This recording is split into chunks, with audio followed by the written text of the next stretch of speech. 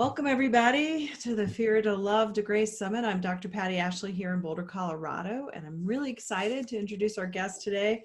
She's a lifelong intuitive and spiritual coach and the author of Bridges to Heaven, True Stories of Loved Ones on the Other Side, and a whole other long list of books that I'll let her tell you about. And she's also been featured on the New York Times and CNN.com, Real Simple, and a whole other list of places. So I'm so thrilled and excited to introduce Sue Fredrick. Welcome, Sue. Well, it's an honor to be here with you, Patti. I feel like we have a karmic connection. You're in Boulder, the town that we left last December to move to Arizona. And I lived in Boulder for more than 40 years, so I sort of miss it. And also we have a connection in your loved one that you wrote your book about, who I was blessed enough to meet. Yeah, he spoke very highly of you. He attended one of your grief workshops after he lost his wife of 20 years. And so, yeah, I'm really honored to have you here. You wrote a beautiful endorsement for my book, Letters to Freedom. And tell us a little bit about you, Sue.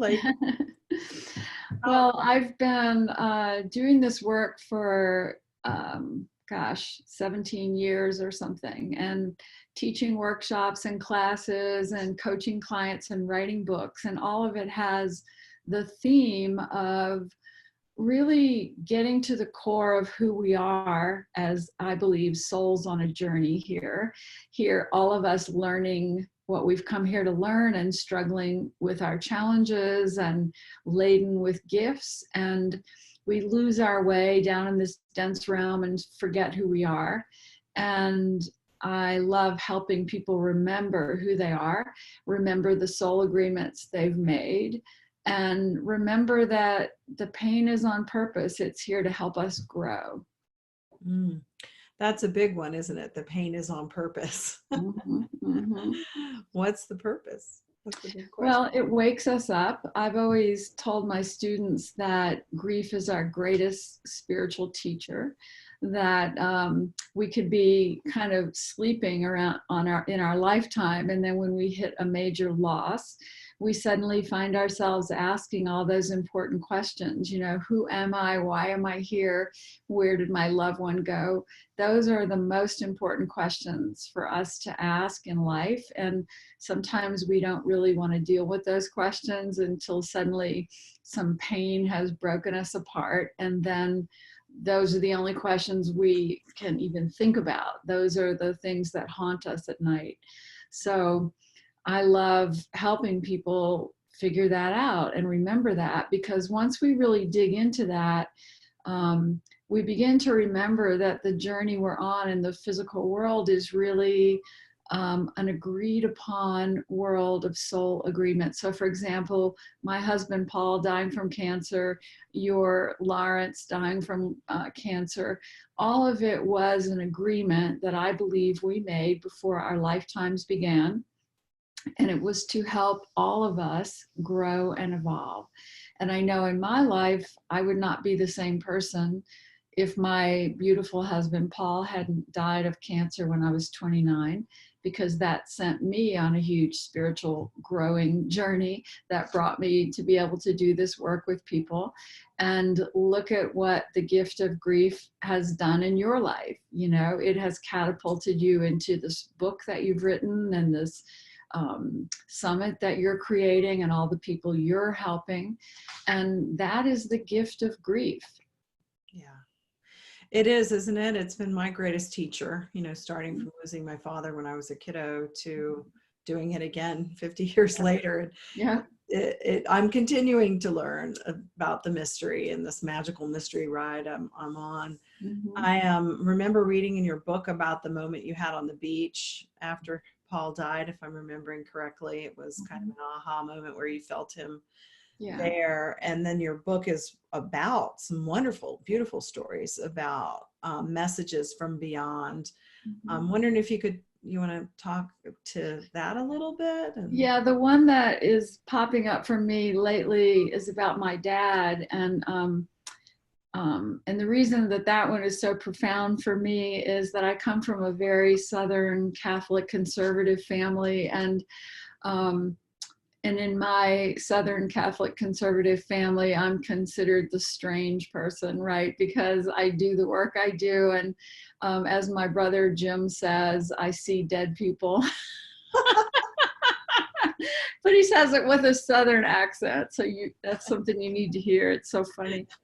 But the thing that was really amazing was when my father was dying from lung cancer. You know, by that time I had already lost my husband, Paul, to cancer, and I'd lost my best girlfriend, Chrissy, to cancer. I'd lost so many loved ones that I really understood the process of death and grief um, and then, but my father, when he was dying, my siblings were not at that same level of understanding about death and grief. So there was a lot of argument about the DNR orders. As you know, when a person is dying in the hospital, the family, somebody has to say, we don't want him to be resuscitated if he has a heart attack, that sort of thing. And I was all on board with that because I knew Dad was dying and he wanted to be in peace. But my family was not on board with that. And this one day at the hospital, we were all sort of fighting. And if anybody's ever lost a loved one to cancer and it's lingered, you know that at some point the family just all starts falling apart. You know, the stress just starts getting to everyone. So we were arguing, and they said, and I said, today's the day Dad is going to die. I can really feel it, and I want to be here with him and help him cross. And my brothers were like, no, he's not going to die today. You know, it's not going to happen. And they said, it's your turn to take the kids home and babysit, because we were all babysitting, trading off babysitting all the kids. My daughter was 3 or 4, and all my siblings had kids around that age. So I lost the lottery, put all the kids in the car, drove home to my mom's house, got them all down for a nap.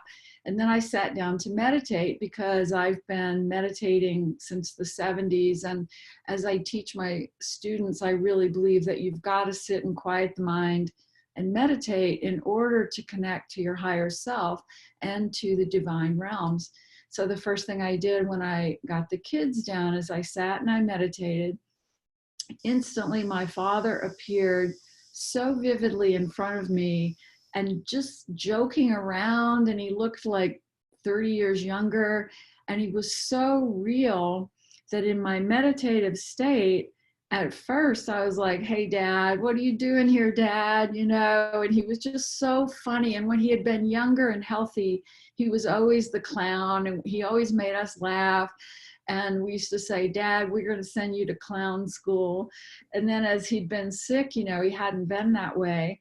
And so I was sitting here interacting with this funny, young looking dad. And then suddenly I sort of came out of my meditation and went, Dad, what are you doing here?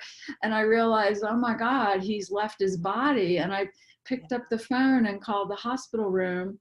And my brother Jim answered. And I said, Dad just appeared to me in a meditation.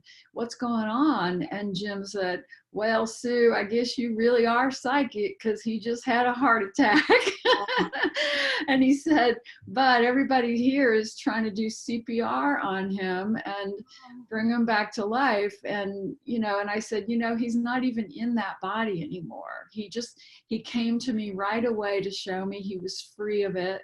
He wasn't suffering, and he was so happy to be on the other side. Mm-hmm. And that's a message I want all my grieving people to understand, is that even those final moments when you think your loved one is suffering so much in their body, often they've already left and they're already feeling free in the divine realms.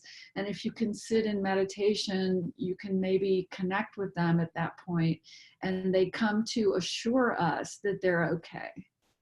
Yeah, that's a beautiful story. And I think we do in our culture really want to hold on.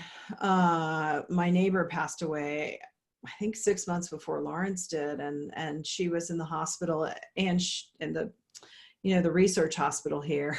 I shouldn't name names, but And I felt like she was a research project. Like, how many more surgeries can we do? How long can we resuscitate you? And Lawrence, Lawrence and I would go visit, and Lawrence had a little bit of a temper every now and then. And I was so afraid he was just going to like strangle that doctor and just say, Yeah. let her go, let her I go. know we have a real fear of death in our culture, and it's because we don't understand that we are just brief visitors in this physical world, that our true home are the divine realms. And, it's been my journey in my life that I've had many out of body experiences where I have traveled back to the divine realms, and I remember and get to re-experience the extraordinary unconditional love of the divine realms. It is a place that is so rich in love and just freedom and happiness and everything, that when you squeeze your essence back into this physical world, you realize this is the hard part here, not in the divine realms. And once you're really clear of that, and clear that we are not physical beings, that the essence of who we are is that we're souls on a journey, briefly dropping into the physical world. Once you're clear on that and understand it, then you're no longer afraid of death, and that's something our culture just cannot get their minds around. And so medical doctors and family members are just constantly struggling to hold on to life. I even had a friend tell me, I was counseling her because her sister was dying from cancer, and she was, talking about, well, maybe there's one more treatment, and I'm trying to get her to try something else. And I just looked at her and said, Joanne, do you really think that her experience here in this physical body that's dying is better than her experience is going to be in the divine realms? And she said, I don't even know what you mean by that. And she said, all I can understand is that my sister won't be able to ever have the taste of fresh brewed coffee again. And I said, no, that is not how it works. It is not. When somebody dies, they are not being deprived of the physical world. They are going back to the beautiful, sensual, unconditional, loving, divine realms that are so much richer on every level than this realm. And nothing could convince her of that. And I feel so compassionate about those people, because they are very terrified of death. And if you're terrified of dying, then you're terrified of living. Right. And you can't live in that fear, which brings us to Lawrence's theme. Right. From fear to love to grace. That's right. When his wife died, his wife of 20 years, he expressed to me how it felt like his heart was cracked open, and he experienced something he had never felt before, a different kind of love. And so he started writing this curriculum to bring into addiction treatment and psychotherapy called From Fear to Love to Grace. So what are your thoughts on fear to love to grace? Well, first, I just want to say that Lawrence, I was blessed that he came to one of my grief shifting workshops at Shambhala Mountain Retreat in Colorado one summer. And I remember it so vividly because we probably had about 35 attendees that year. And there's always a few really bright, I call them bright, shiny souls, that really sort of stand out in the group and say things that really impact the whole group. And of course, Lawrence was one of those. And I remember, the first night when we introduced ourselves, the way we all connect is on the first night, everybody gets a couple minutes to share their story of loss. And the way he told his story, and the fact that he was a psychotherapist, and the pain that he was willing to share with everyone, was so heart-opening, and really helped everyone else kind of open their hearts and share their stories. And he was a 5 path, if I remember it right, because I always figure out people's path. And the path of the 5 is open-hearted, fearless, and learning to be courageous in every area of life. And the thing he said in the workshop was, because we were working through some meditations and talking about guilt, talking about grief, talking about our life mission, and then writing, connecting to the other side, and then writing a letter that comes from our departed loved one. So we were all doing that process together. And as we were going around and sharing it, he said sometime during that workshop that he realized that the love didn't have to end with her death, and that he had thought the love had to end when she died. And now he realized the love is bigger and more magnificent than ever. It was the way he said it that really, inspired a lot of people. That day also, the last day, he had brought some of her ashes. And so we all went outside and shared in the process of distributing his wife's ashes. So I loved him. I thought he was a beautiful, open-hearted, gorgeous soul. And his whole embracing of the idea of, I'm going to be fearless with this grief. I'm going to let it open my heart completely, and I'm going to use the pain to love more. And that's just what I teach people and write about in my books, is that grief breaks our heart wide open on purpose, because then we really can love, and we can understand how to be fearless in our love. And that's the gift. So he got that from you. Yeah. I'm holding back tears, and I don't need to hold them back, I know, but that was just such a beautiful story. You're did have a so heart. blessed, Patti, because you two had a beautiful love, and he was a beautiful soul, and you're soulmates, and you'll always be soulmates.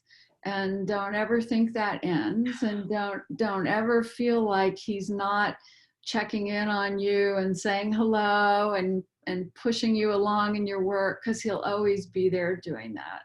Yeah, thank you. I know that, and I feel that, and I know he's so excited about this summit because it's so much what he really wanted to do in the world. And I that's the messages I've been getting from him is, I'm gonna applaud you and help you along here. So I kind of don't feel like I have a choice. Yeah, he gets to live it out through you. And it's funny because my Paul, who died in 1979, he was also a 5-path, learning about courage and fearlessness. And many times in the last 30-something years, he has come in to visit again and sort of sometimes tweaking my message and telling me, like, I had this one profound dream visitation with him where I had just finished a grief workshop. And one of the things we talk about in the grief workshop is how we get confused and we start holding on to the images that we have of the person suffering. And we don't want to do that because they're not in that body anymore. They're not suffering that way. And so if we try to hold them into that image, we're only hurting ourselves, really. But when you hear these grief stories, Patti, the thing that breaks your heart is that so many people are just replaying those final, days or hours of their loved one's life in their head and seeing all that suffering and just constantly focusing on that. So our work is to help them shift to the spiritual view of it. The soul was already gone. The soul is already in the divine realms. But my departed husband, Paul, came back to me after one of those workshops. And when he was sick, he had colon cancer. So he had had a number of surgeries on his abdomen, and he had scar tissue like all the way down his belly by the time he died. And in the dream, he came and lifted his shirt up and showed me this beautiful, luminous white skin that he had. And he said, you see, there's really no such thing as suffering. Suffering is a temporary illusion. And he said, you've really got to make your people understand that. Mm-hmm. And that message is just still so strong for me because you've got, especially moms, I work with so many grieving moms and grieving mothers, oh, they just play that story of how they found their child. And of course, they have the guilt story that goes with it. And when I tell them, everything's a soul agreement, not that we are never responsible for another person's pain and death. The soul is choosing the way of dying and the moment of dying, just as the soul chooses the moment of entry. So once we can understand that, we can go, oh, well, my departed loved one chose to exit at that time because he was finished with his mission for the lifetime, no matter how it looks to us. If a person exits, it means they've finished their soul mission. They've done what they came to do. Mm-hmm. And so we need to release our guilt stories, our obsession on the physical details of suffering, and really try to see it from that divine spiritual perspective. Are we out of town? I heard out of time. No, that was texting coming in because of my technology. I thought I had turned it all off, so I apologize. We've got about 5 more minutes, but okay. What comes to me, I was just interviewing an author who wrote about giving people permission to grieve. And so I think of it as a paradox, because the human condition and being in the body and the pain we feel when we lose a loved one is pretty intense. Mm-hmm. For me, though, what has brought me comfort is what I learned throughout my lifelong journey after losing my father and saying, where to go? Right. What is death? My lifelong journey of that brought me to just what you just said. Right. Which is why I can, still walk and talk after losing my boyfriend the same way I lost my dad, right. Heart attack on the living room floor. So for me, it's always, how do you bridge that paradox, mm-hmm. and what you're talking about with guilt, all those other layers certainly right.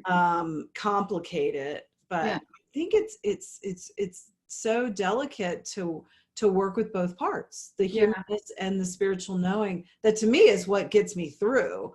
But I don't want to deny the fact that it hurts like, what? Well, here's the thing about being in the physical world.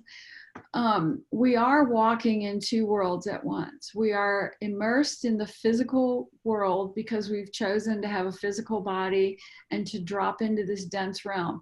And we've agreed to that because we're trying to evolve consciousness. I'm trying to evolve my soul. You're trying to evolve yours. We're trying to collectively wake up and evolve consciousness. So we agreed to this heavy energy, and with it comes a lot of pain. But the problem is when we lose our, we think that that's all there is, and we let the pain and the physicality of life be the dominant thing that's happening. So everybody has to ask themselves, well, am I willing to spend at least 20 minutes a day in meditation, quieting the mind and opening the heart? Because if we can do that, that begins to lift us out of the physical perspective and give us that spiritual perspective. I call it looking at life through the divine lens. You're still in the physical world, but you can see it from that higher perspective. Or are we willing to feel a few moments of gratitude? I mean, we all know that even shifting for a few moments into, I'm so grateful that all these beautiful souls in my life that have crossed over have taught me such amazing spiritual lessons. I'm so grateful for that. And I'm so grateful that I got to meet Lawrence and that you got to love Lawrence. I mean, if we can just dance in the gratitude of that, suddenly our energy is rising and we're feeling better, like we can get through the day.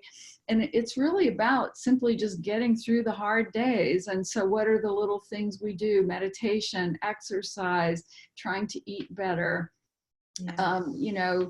getting rid of turning the guilt into gratitude, just shifting everything so that we begin to lift up to that higher perspective.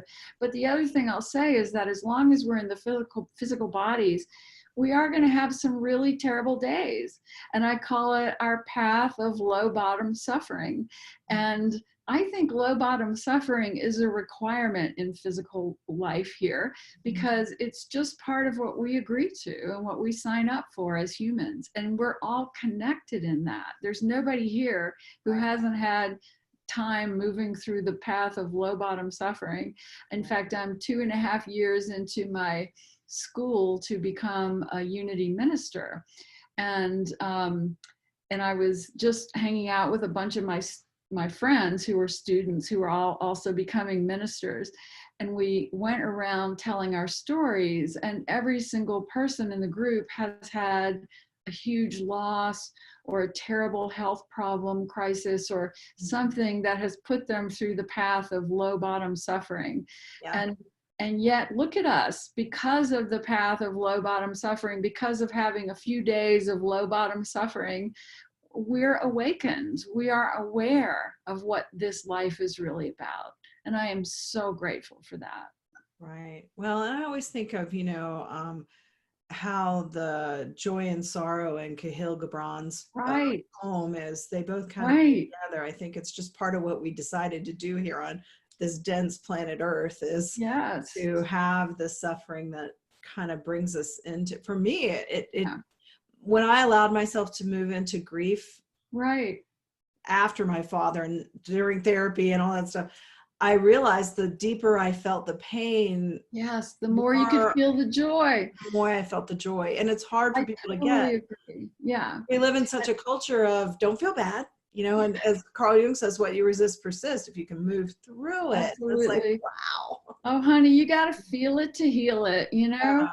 And I love just saying, yes, let's get into this pain. Let's feel this pain. Let's have a day of crying and getting in bed and watching a sad movie, whatever we have to do. Because if we feel it and feel it and feel it, then we heal it. We can release it. We can heal it.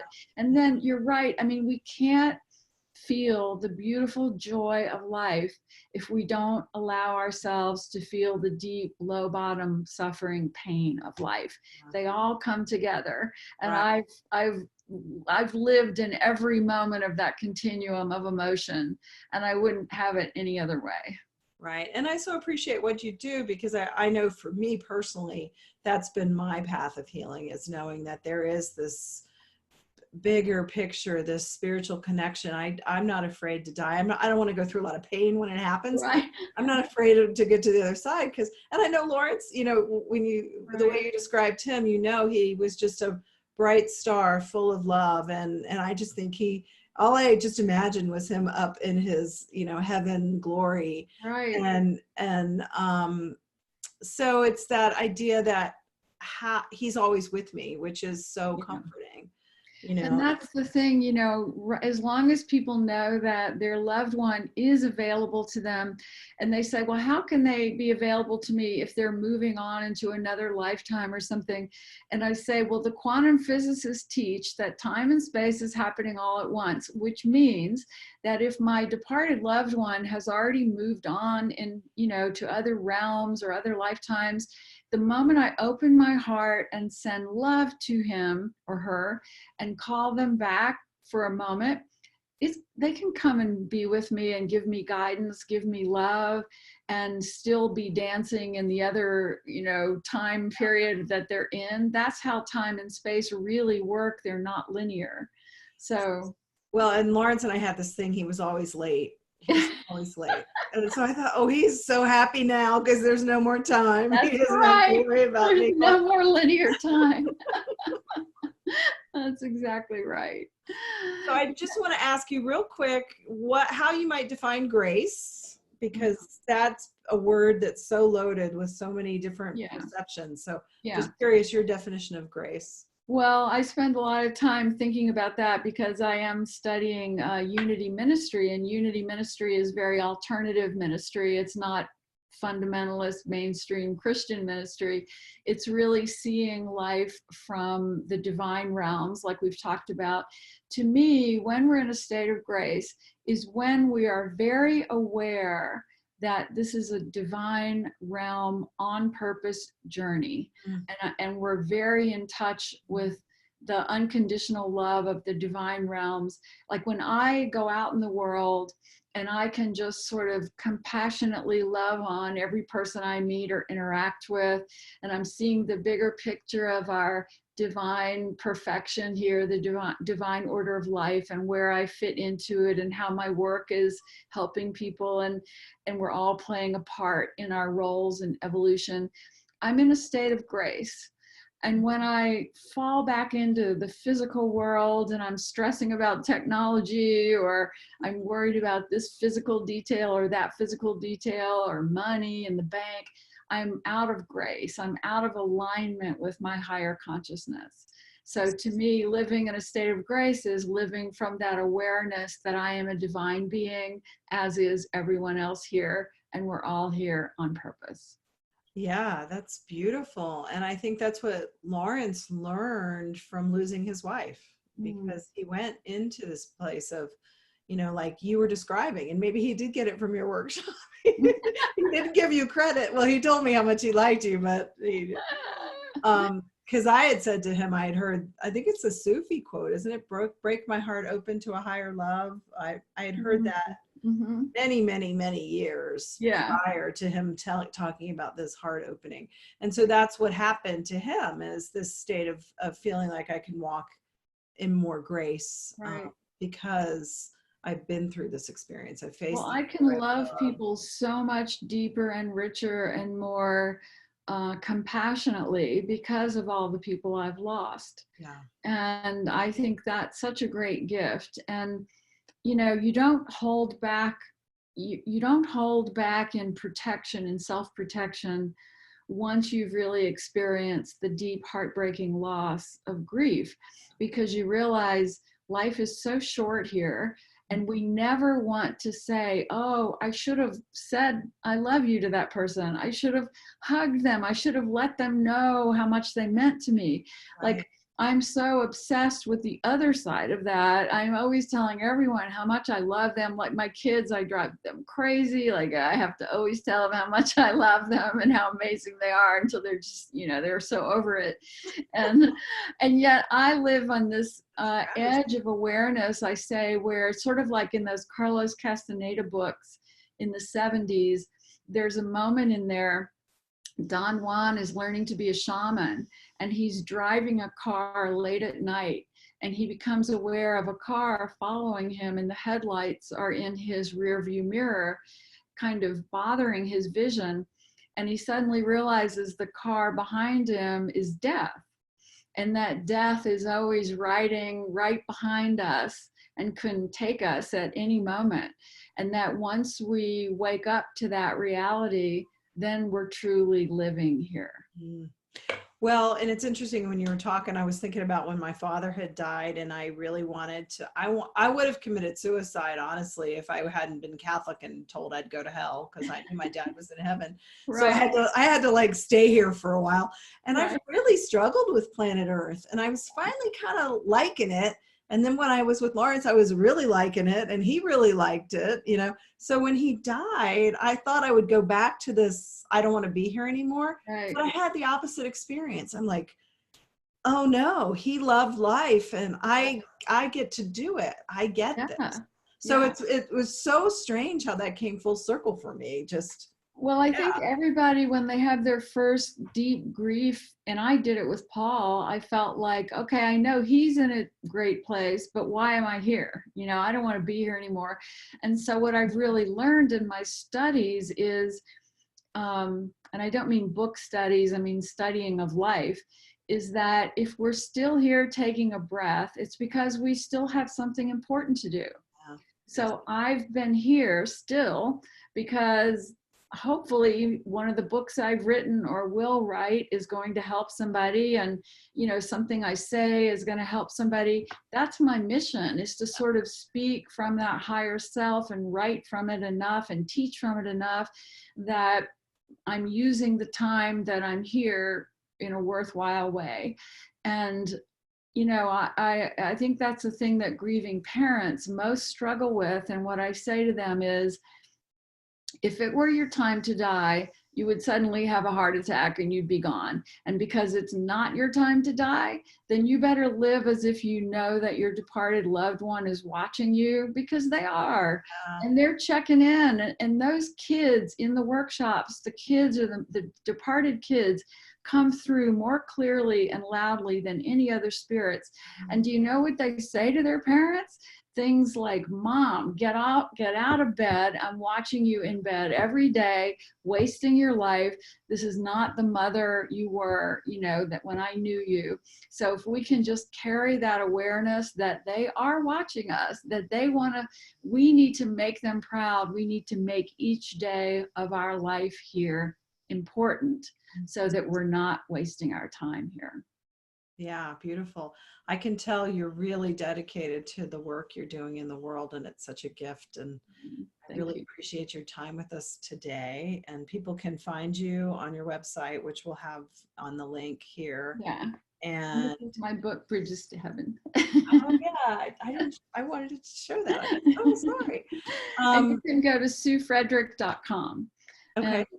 And that's my website, and it has some videos and things like that. So. Okay, and we're airing in February, the summit. So is there anything, you got any workshops around the bend in 2020? Yeah, in January, I'm doing a grief shifting workshop at Unity of Phoenix. It's a 2-day retreat. And in February, I'm doing a 3-day grief shifting retreat workshop at Kripalu Retreat Center in Massachusetts. Oh, and those are listed on my website. So I just hope that anyone who's grieving, if you're on the East Coast, come to this Kripalu Retreat Center. It's in Massachusetts. It's beautiful. They feed you amazing food for 3 days. And we'll do this grief shifting work together. And if you're here in the Southwest, come to Unity of Phoenix, and we'll have an amazing 2-day retreat. Yeah. Thank you, Sue. Thank you so much. Thank you, Patty. It's so wonderful to connect to you. Yeah, you too. All right. Is there anything else I love everything you said, but I don't want to leave without saying. I just feel blessed and honored to have been a part of this. This work means more to me than anything. Thank you so much, Patty. And same, I'm really blessed and honored to have you be part of it. Thank you so much. Thank you. And we'll talk soon. Bye-bye. Okay, bye.